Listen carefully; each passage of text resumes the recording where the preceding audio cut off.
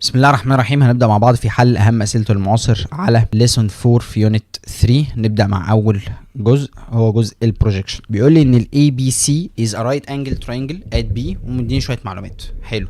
بعد كده بيقول لي بقى إيه؟ أنا عايز البروجيكشن بتاع ال ED على ال BC. ال ED على ال BC. حدد بس بدايتي ال ED أدي ال A وأدي ال D. عايز أعمل له بروجيكشن على ال BC. عايز أعمل بروجيكشن على ال BC. حلو أوي. أنا شايف ان الدي اصلا موجوده على البي سي، فانا محتاج اخد الاي وانزل بيها او اوصلها للبي سي. طيب عندي كام طريق؟ عندي 3 طرق. يا اما اخد الاي عشان اروح للبي سي امشي على اللاين ده، يا اما امشي على اللاين ده، يا اما امشي على اللاين ده. هختار انهي لاين؟ هختار اللاين البيربنديكولار. انهي لاين بيربنديكولار؟ ده الاي بي. فالاي تنزل هنا. فالبروجيكشن بتاع الاي دي لما انزل الدي كده كده موجوده اهي، يعني الدي كده كده موجوده. طب الايه لما انزل بيها بروجيكشن هتبقى انهي بوينت؟ هتبقى بوينت بي، يبقى دي بي. البروجيكشن بتاع ده هيبقى عباره عن الدي بي.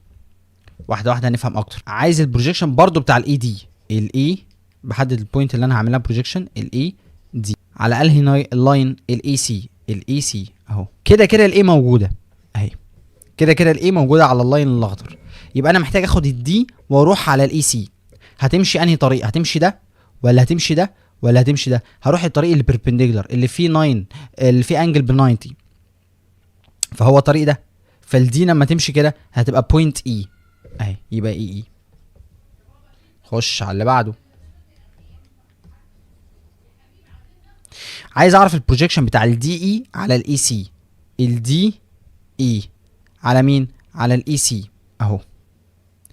كده كده بوينت اي موجوده على الاي سي. حلو. لما اخد نقطه دي واروح على الاي سي همشي انهي طريق؟ همشي الطريق ده. هتبقى بوينت مين؟ هتبقى بوينت اي برضو. اكتب اي؟ لا، هي هتبقى بوينت اللي هي اي بس، فتكتب اي خلاص اللي هي بوينت اي يعني. طيب عايز اعرف البروجيكشن بتاع بوينت سي على الاي بي. بوينت سي على الاي بي اهو. البروجيكشن بتاع البوينت بيبقى بوينت، فلما تاخد السي تروح للاي بي هتمشي انهي طريق؟ همشي الطريق البربنديكولار اللي هو ده. فتمشي تمشي تمشي توصل هنا اللي هي بوينت بي. كده كده البروجيكشن بتاع البوينت هيبقى بوينت. طيب بروجيكشن الاي على الدي سي.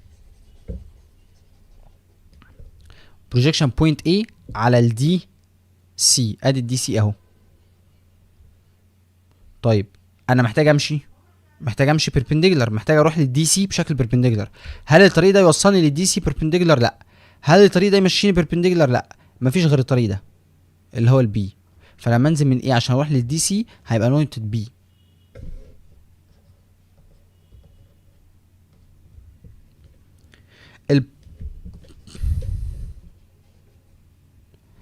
البروجيكشن بتاع بوينت دي على الاي سي. الدي على الاي سي. خلاص هتمشي لحد ما تروح للاي سي بشكل بيربنديكولار، هتلاقي نفسك عند نقطة اي. طيب عايز اعرف البروجيكشن بتاع الاي بي على الدي سي. الاي بي، خلينا بس نحدد الاي بي على الدي سي. ادي الدي سي. كده كده بوينت بي موجوده على اللاين، فلما اخد الاي او اروح على الدي سي همشي بشكل بيربنديكولار، فهبقى نقطه بي. تعرف لينس البروجيكشن بتاع الاي بي على الاي سي واحده واحده. الاي بي على الاي سي. كده كده بوينت اي موجوده على الاي سي. طيب بوينت بي انا عايز اروح للاي سي، همشي الطريق ده عشان ده الطريق البربنديكولار. فبوينت بي عشان اروح على الاي سي همشي كده، فهلاقيها نقطه سي. الراجل عايز يعرف ايه؟ عايز يعرف لينث الاي سي. طب واحده واحده. هبص هنا هلاقي ان ده رايت انجل ترينجل، يعني الاي بي اللي هو الهايبوتنس اي بي باور 2 ايكوال بي سي باور 2 بلس اي سي باور 2. اي بي اللي هي 13 باور 2 ايكوال بي سي اللي هي 5 باور 2 بلس الاي سي باور 2. يعني الاي سي ايكوال سكوير روت 13 باور 2 ماينس 5 باور 2 يطلع معايا الاي سي ب 12 سنتيمتر اهو. طيب عايزين لينث البروجيكشن بتاع السي دي على الاي دي. طيب واحده واحده. السي دي اللي هو ادي السي وادي الدي، عايز اعمل بروجيكشن على الاي دي. الاي دي ماشي كده كده بوينت دي موجوده، فمحتاج اخد نقطه سي واروح على الاي دي. هل همشي كده ولا همشي كده؟ طبعا همشي طريق البربنديكولار اهو، فهروح الاقي نفسي في بوينت اي. ادي الدي اي. يبقى انا عايز اعرف الدي اي بكام. خلي بالك ان انت حسبت خلاص الاي سي طلع معاك ب 12 سنتيمتر، فهتلاقي ده برضو رايت انجل ترينجل. الهايبوتنس هو الدي سي، فالدي سي باور 2 ايكوال الاي سي باور 2 بلس الاي دي باور 2. الدي سي معاك 15، الاي سي معاك انت لسه جايبه 12 باور 2، يتبقى الاي دي ده اللي احنا عايزين نعرفه. يبقى الاي دي ايكوال سكوير روت 15 باور 2 ماينس 12 باور 2، يطلع معاك 9 سنتيمتر اهو. وشكرا. طيب الاي اي اون السي دي، اي اي على السي دي. الاي كده كده موجوده على السي دي، فهاخد الاي واروح على السي دي، همشي كده هلاقيها بوينت سي. يبقى انا عايز اعرف الاي سي بكام. الاي سي اللي هو الحته ده. طيب الهايبوتنس اللي هو الاي اي يعني 10 ايكوال 6 باور 2 بلس السي اي اللي انا عايز اجيبه باور 2، يطلع بكام؟ يطلع ب 8. طيب البي اي اون السي دي، البي اي على السي دي، كده كده الاي موجوده على السي دي، هاخد البي واروح على السي دي، فهمشي طريق البربنديكولار هلاقي نفسي بوينت دي. يبقى انا عايز اعرف الاي دي بكام. الحته دي خلاص. الهايبوتنس هو ال 15 باور 2 ايكوال 9 باور 2 بلس الاي دي باور 2، اعرف اطلع الاي دي. طيب تعالى اخر حاجه الاي بي، الاي بي على السي دي، روح من الاي بيربنديكولار تلاقي نفسك بوينت سي، وروح من البي بيربنديكولار هتلاقي نفسك بوينت دي. عايز اعرف السي دي بكام. خلاص ما انت جبت السي اي ب 8 وجبت الاي دي ب 12، يبقى السي دي 8 بلس 12 اللي هي 20. طيب عايز اعرف لينث البروجيكشن بي دي على السي دي. بي دي على السي دي، ادي البي وادي الدي على السي دي اهو. كده كده بوينت دي موجوده ماشي.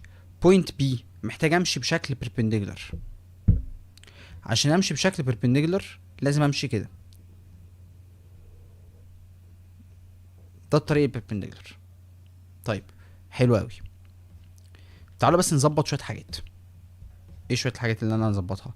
يعني مثلا انا شايف ده رايت انجل ترينجل، فاعرف اقول ان 20 باور 2 ايكوال 16 باور 2 اللي هو الهايبوتنس 16 باور 2 بلس الاي سي باور 2. اعرف اطلع من هنا الاي سي، يطلع الاي سي معايا بكام؟ يطلع الاي سي معايا ب 12.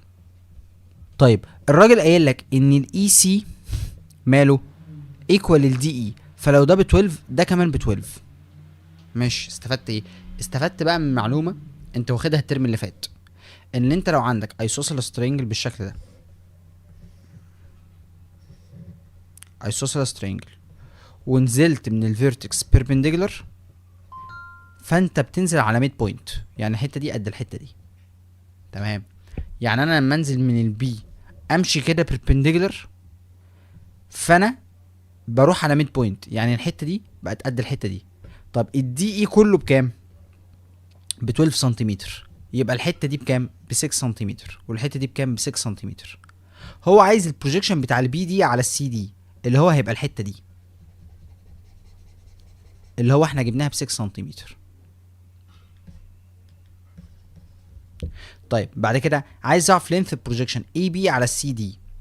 اي بي على السي دي هتمشي من البي تروح لحد السي دي بشكل بيربنديكولار اللي هي بوينت دي، هتمشي من الاي تروح بشكل بيربنديكولار على السي دي هتلاقي البوينت دي. فعايز اعرف الحته دي بكام. هتقول لي يبقى الجزء ده اللي هو 6 بلس ال 12، 6 بلس 12 8. طيب تعالوا من هنا نبدا نطلع الحاجات اللي احنا نعرف نعملها. فانا شايف ان الاي بي اي دي ريكتانجل حلو، الاي دي ب 12 يبقى البي اي هو كمان ب 12 سنتيمتر. حلو. اعرف اجيب السي اي، ازاي؟ 13 باور 2 equal 12 باور 2 بلس سي اي باور 2. اقدر اطلع السي اي بمنتهى السهوله. سكوير روت 12 باور 2 ماينس 13 باور 2 قصدي ماينس 12 باور 2.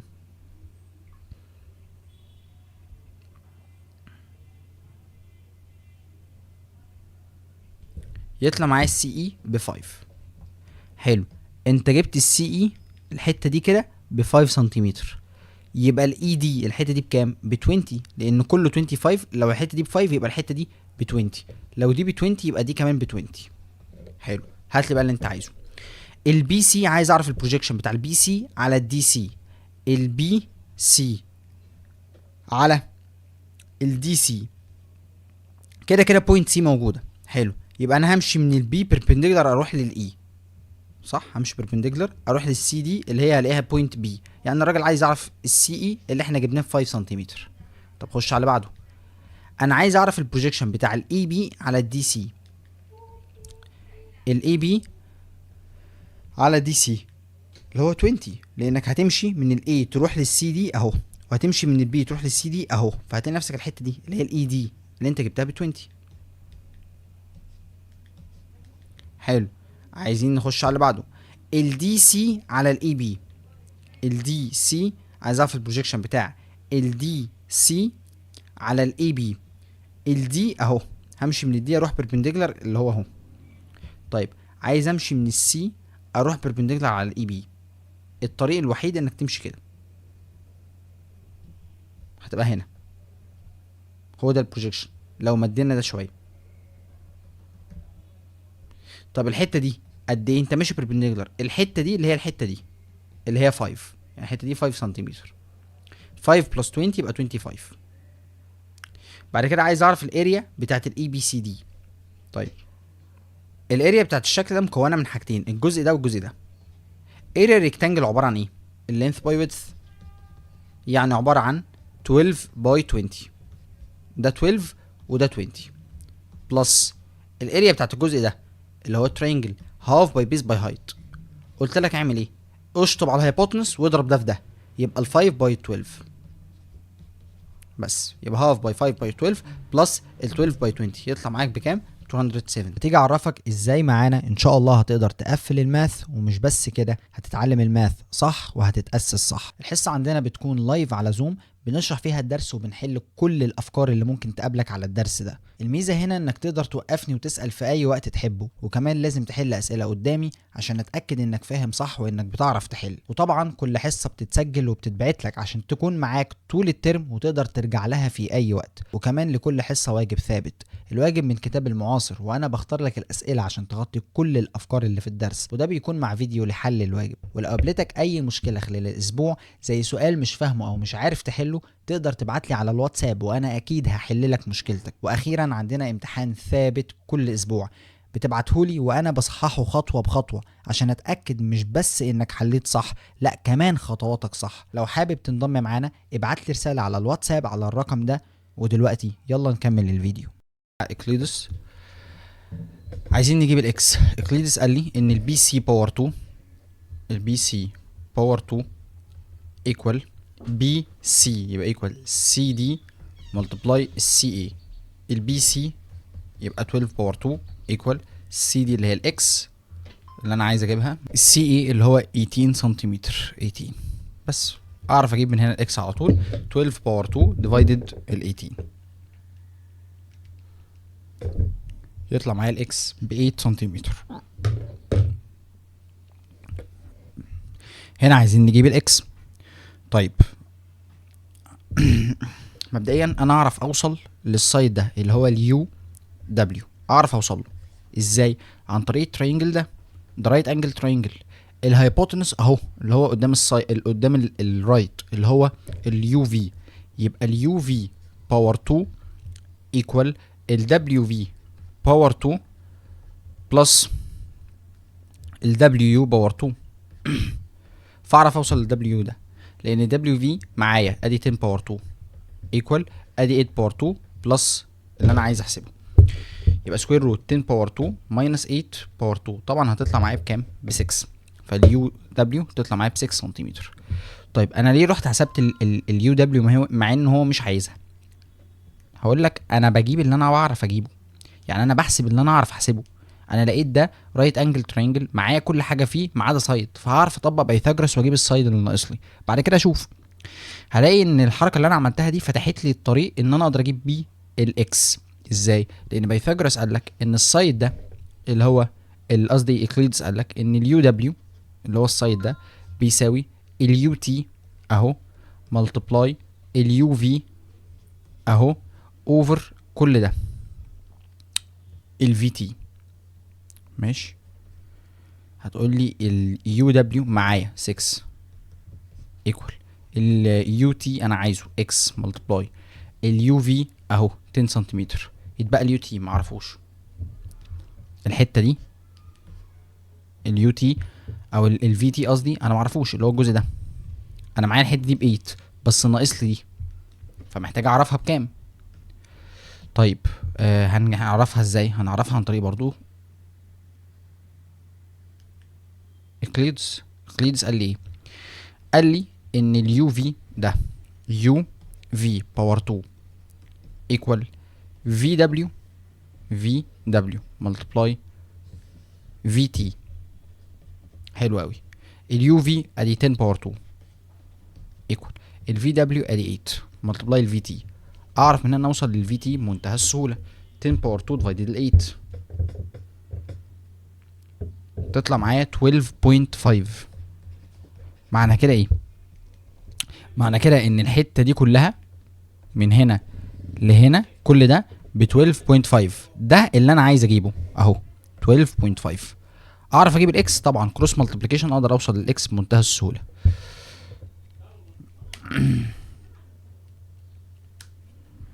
يطلع معايا الاكس ب 7.5. مسألة لذيذة. بدأت هنا بايثاغورس جبت السايد ده، بعد كده اشتغلت اكليدس عشان اجيب السايد ده كله، بعد كده اشتغلت اكليدس تاني عشان اطلع الاكس.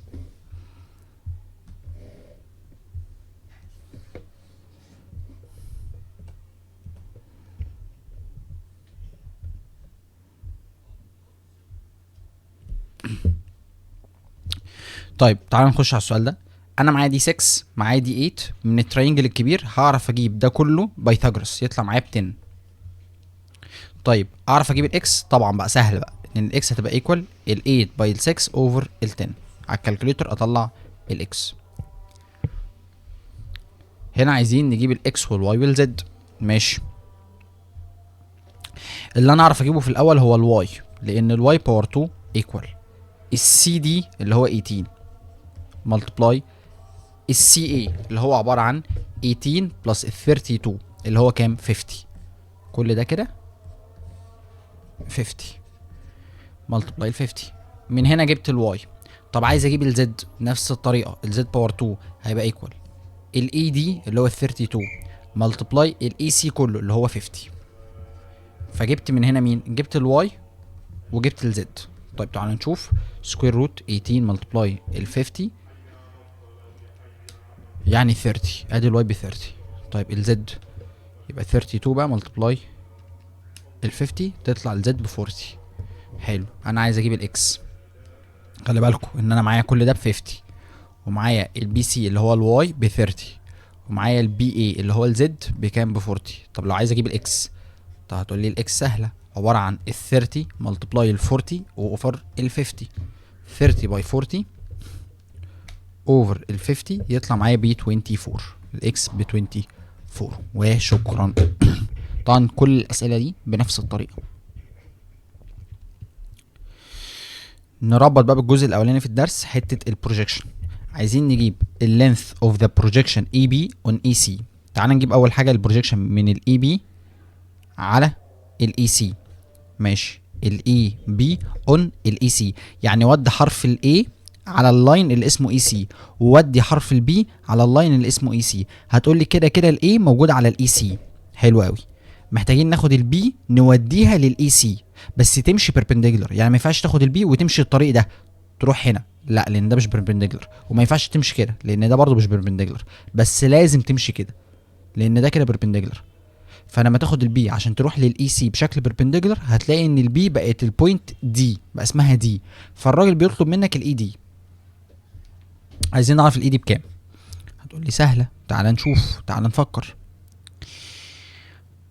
انا شايف الترينجل الكبير اللي هو الاي بي سي، انا شايف ان الانجل دي هي انجل 30. ماشي، هتقولي يبقى معنى كده ان الحته دي ب 60. صح، بس ده مش ده اللي انا عايز اقوله. انا عايز اقول لك ان دي معلومه انت استخدمتها الترم اللي فات، وهي ان الترينجل الرايت اللي بيكون فيه انجل 30، فالسايد اللي قدام الانجل 30 هو عباره عن نص الهايبوتنس، فال6 دي هي عباره عن هاف الهايبوتنس اللي هو الاي سي، فالاي سي كله ب 12، لان ال6 دي او السايد اللي قدام ال30 هو نص الهايبوتنس، ف6 هي نص الايه، نص ال12. حلو قوي كده، انا استفدت وجبت ان الاي سي كله ب 12. ماشي، انا برضو بدور على الاي دي، بدور على الحته دي. خلاص، اعتقد الموضوع دلوقتي بقى سهل. اقليدس هيجي يحل لك الموضوع، هيقول لك ان البي اي باور 2 ايكوال اي دي ملتبلاي الاي سي. البي اي معاك 6 باور 2 ايكوال الاي دي، ده اللي انت بتدور عليه اصلا، ملتبلاي الاي سي كله انت جبته 12، يطلع معاك الاي دي بكام؟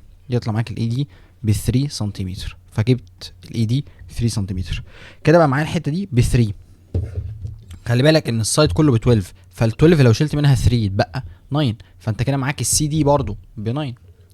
طيب عايز البي سي اون الاي سي، البي سي على الاي سي، كده كده السي موجوده على الخط.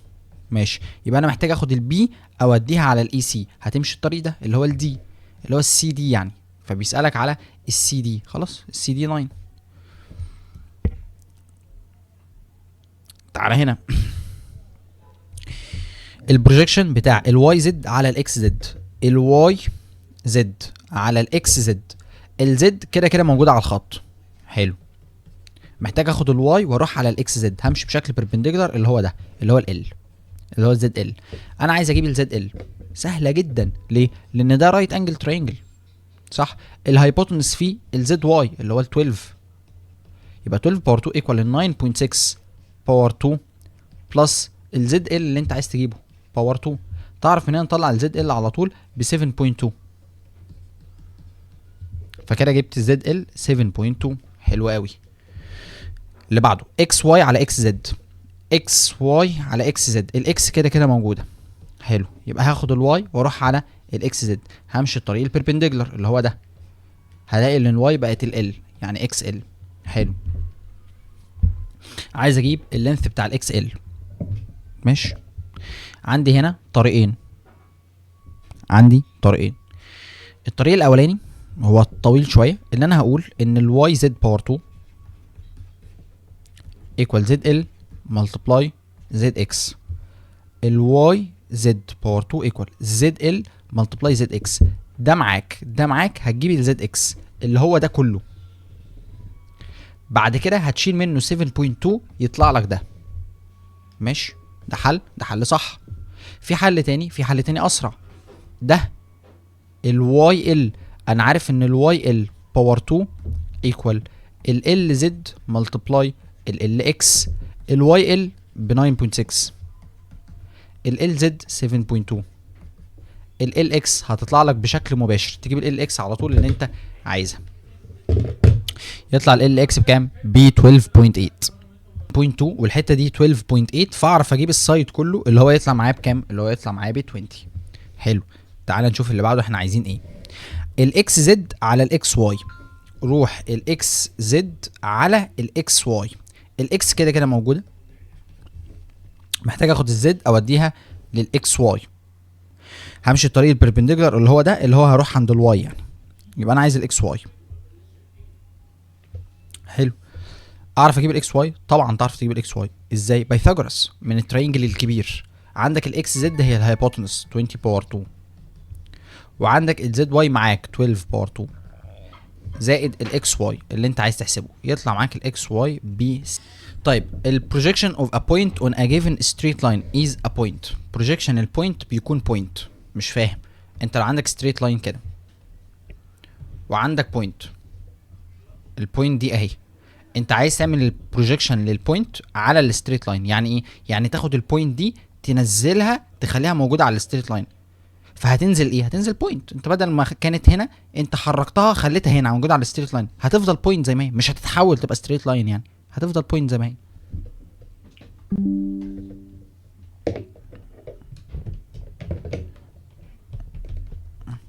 طيب projection a line segment on a straight line that is not perpendicular to it. line segment on a straight line هتفضل line segment.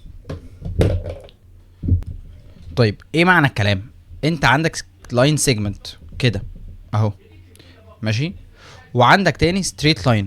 انا هاخد اللاين سيجمنت ده انزله او اعمل له بروجيكشن على الستريت لاين ده. بروجيكشن للستريت لاين لللاين سيجمنت ده ازاي؟ هتاخد البوينت دي تنزل بيها بيربنديكولار، وهتاخد البوينت دي تنزل بيها بيربنديكولار، فاللاين سيجمنت ده هيفضل زي ما هو، البروجيكشن ما بيغيرش حاجه، فده هيفضل زي ما هو هنا بس لاين سيجمنت زي ما هو. of the projection of a line segment on a given straight line is less than or equal. دي معلومه اصلا موجوده في الكتاب. the length of the projection of a line segment on a given perpendicular straight line. اللينث بتاع البروجيكشن بتاع اللاين سيجمنت اون ا جيفن بيربنديكولار ستريت لاين از ايكوال. طبعا عندك لاين سيجمنت وعندك لاين تاني، اللاين ده بيربنديكولار عليه، انت عايز تعمل له بروجيكشن. طب هعمل له بروجيكشن ازاي؟ هاخد البوينت دي اخليها على الخط ده، هي كده كده موجوده عليه، حلو. هاخد البوينت دي وامشي بيها بيربنديكولار اخليها موجوده على الخط ده، هتمشي بيربنديكولار يعني هتمشي كده، فالبوينت دي هتبقى موجوده هنا، فهيتحول اللاين ده لبوينت بس. فعشان كده اللينث بقى بتاع البروجيكشن بتاع اللاين سيجمنت بيربنديكولار على الستريت لاين، طول البروجيكشن اصلا عباره عن بوينت، فطوله بكام؟ زيرو، لان هو بوينت. اكس واي باراليل للاي بي، اللينث بتاع البروجيكشن اوف اي بي اون اكس واي ايكوال. انت عندك تو لاينز مالهم باراليل لبعض، حلو. هتاخد ده تنزل بيه بيربنديكولار كده اهو، هتاخد ده تنزل بيه بيربنديكولار كده اهو، هيبقى ده البروجيكشن بتاعه. هنا بيقول لي ان الاي بي انترسكت السي دي عند بوينت اسمها اكس. رسمنا السي دي ورسمنا الاي بي وحصل ما بينهم انترسكشن فعلا عند البوينت اللي اسمها اكس. بعد كده بيقول لي ان الاي بي 6 سنتيمتر، حلو قوي. اللينث بتاع البروجيكشن كانوت بي، طبعا كانوت بي 6. ليه؟ بصوا يا جماعه، البروجيكشن حاجه من الاربعه دول، يا اما اول حاجه بيربنديكولار، حلو، يا اما هتلاقي الاي بي بيربنديكولار على الستريت لاين. في الحاله دي اللينث بتاع البروجيكشن بيكون كام؟ بيكون زيرو. ليه؟ عشان البروجيكشن هو بوينت. طيب الحاله الثانيه ان الاي بي بارل، يبقى الحاله الاولانيه حاله البيربنديكولار، اللينث بتاع البروجيكشن زيرو. الحاله الثانيه الباراليل، انك تلاقي الاي بي باراليل للستريت لاين، فالبروجيكشن بيساوي الاي بي. الاي بي ده شوفوا الاي بي قد ايه، مثلا كان 6 سنتيمتر، لما تيجي تجيب البروجيكشن اللي هو الاي داش والبي داش هيطلعوا كمان 6 سنتيمتر. طيب الحاله الثالثه اللي احنا جايين نتكلم عنها دلوقتي والسؤال بتاعنا هي حاله الانترسكشن. الاي بي عمل انترسكشن مع الستريت لاين، حلو. لما تيجي تجيب البروجيكشن اللي هو الاي داش والبي داش، البروجيكشن لازم يكون اصغر من الاي بي. فلما اجي اجيب البروجيكشن انزل كده بشكل بيربنديكولار هو الاي داش، وانزل كده بشكل بيربنديكولار اللي هو البي داش، الاي داش بي داش لازم يكون اصغر من الاي بي. يعني لو الاي بي 6 سنتيمتر، الاي داش بي داش مليون في المية اصغر من 6 سنتيمتر، 4 بقى 5 3 ايا كان، بس هو لازم يكون اصغر من الاي بي. الحاله الثالثه او الحاله الاخيره قصدي الرابعه اللي هي الحاله العامه بقى، الحاله الجنرال، اللي انت ما عندكش بيربنديكولار، مش باراليل، مفيش انترسكشن. في الحاله دي البروجيكشن بيكون اصغر من اور ايكوال الاي بي. لما تيجي تعمل بروجيكشن كده يا اما هيفضل اي بي زي ما هو يا اما هيصغر بس. فدول الاربع حاجات اللي انا المفروض ابقى حافظهم. لو بيربنديكولار فاللينث بتاع البروجيكشن زيرو، لو باراليل فالبروجيكشن قد الاي بي، لو حصل ما بينهم انترسكشن فالبروجيكشن اكيد لازم يكون اصغر من الاي بي. اما الحاله الجنرال فالبروجيكشن بيكون اصغر من اور ايكوال للاي بي. فالسؤال بتاعنا اللي احنا فيه، احنا في الانترسكشن في الحته دي، فاكيد انا عارف ان ده لازم يكون اصغر من ال 6، فعشان كده بيقول لك السي دي او الاي بي ده cannot be، مستحيل يبقى ب 6. طيب if the projection of a line segment on a straight line is a point، البروجيكشن بوينت معناه كده ان هما كانوا perpendicular. عايز اعرف البروجيكشن بتاع الاي بي على البي سي، الاي بي على البي سي، كده كده البي موجود على الخط، هاخد الاي واروح للبي سي بشكل بيربنديكولار اللي هو الدي، يبقى بي دي اهو. طب عايز البروجيكشن بتاع الاي سي على البي سي، الاي سي على البي سي، كده كده السي موجود، هاخد الاي واروح بشكل بيربنديكولار على البي سي اللي هو الدي. طيب عايز البروجيكشن بتاع الاي دي على البي سي، الاي دي على البي سي، خلي بالك الاي دي هو بيربنديكولار على البي سي، فالبروجيكشن بتاعته هي بوينت اللي هي بوينت دي.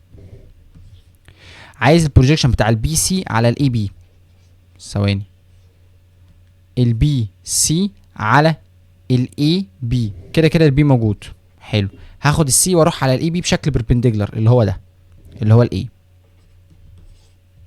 عايز البروجيكشن بتاع السي بي على الاي سي، سي بي على الاي سي، هروح بشكل بيربنديكولار، اول حاجه السي موجوده على الاي سي، هاخد البي واروح بشكل بيربنديكولار اهو. The area of the square drawn on one of the two sides of the right angle triangle in the right angle triangle equals to the area whose dimension. دي يا جماعه معروفه اللي هو الريكتانجل، معلومه عندك خليك عارفها وخلاص، يعني ملهاش اهميه قوي. ال LZ multiply ال YL، ال LZ multiply ال YL، يعني ده multiply ده يجيب لك ده، يجيب لك ال XL باور 2. مين في دول صح؟ تعال نشوف. الاي بي باور 2، الاي بي باور 2 عباره عن البي دي ملتبلاي البي سي، البي دي ملتبلاي الدي سي، لا ده مش صح. الاي بي باور 2 عباره عن البي دي ملتبلاي البي سي، ده صح. طيب تعال نخش هنا، ده 8، ده قصدي 10، ده 8 يبقى البي سي اكيد 6. طيب عايز اجيب الاي دي، الاي دي اللي هي الحته دي، مفيش مشكله. الاي بي باور 2 او البي اي باور 2 ايكوال الاي دي ملتبلاي الاي سي، البي اي باور 2 اللي هي 8 باور 2، الاي دي انا عايز اجيب الاي دي ملتبلاي الاي سي معايا 10، اطلع الاي دي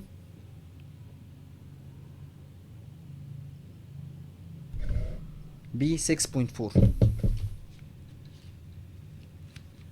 طيب اللي بعده عايز اجيب البي دي، انا جبت، خلي بالك الاي دي ده جبته 6.4، حلو، سهل جدا، ممكن اجيب البي دي بسهوله بدل ما انا لسه كنت هقعد اقول الكلام ده. البي دي على طول عباره عن 6 باي 8 اوفر 10، بس 6 باي 8 اوفر 10 يطلع ب 4.8. اخر حاجه if the triangle ABC right angle triangle at A AB equal AC، لا ده شويه الكلام ده لازم ايه ترسمه. ABC right angle triangle عند ال A، هنروح راسمين right angle triangle اهو،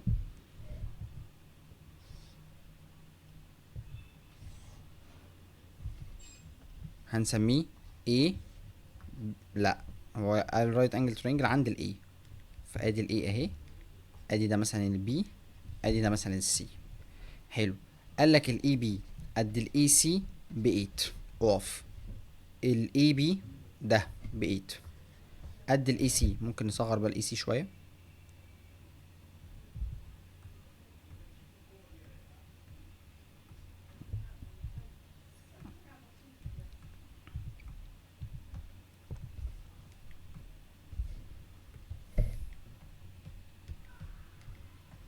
المهم ان البي سي ب 8، طبعا الاي هي رايت، ومعنى كده اكيد ان الحته دي ب 45 والحته دي ب 45 لان هو ايسوسيلس ترينجل، واعرف اجيب البي سي على طول لان هو الهايبوتنس سكوير روت a باور 2 بلس ال 8 باور 2، يطلع معايا 8 روت 2 اللي هو البي سي كله، يطلع معايا 8 روت 2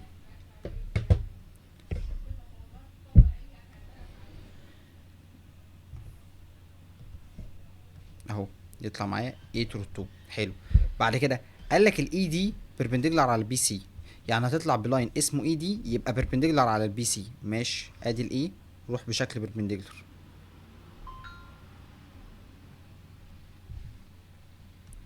ادي ده الدي كده. خلاص بقى عندك اكليدس. ليه؟ خرجت من الرايت رحت للهايبوتنس بيربنديكولار عليه، هو ده اكليدس اصلا. حلو. ودي بوينت اسمها دي. حلو. عايز اعرف الاي دي بكام. الاي دي عبارة عن 8 باي 8 اوفر 8 روت 2. سهلة جدا صح؟ ده باي ده اوفر ده يطلع معايا بيفور روت 2 اللي هي سي. كده نكون الحمد لله حلينا اهم الاسئلة اللي موجودة على ليسون 4. اتمنى تكونوا استفدتوا من الفيديو، واشوفكم على خير ان شاء الله في الفيديو اللي جاي.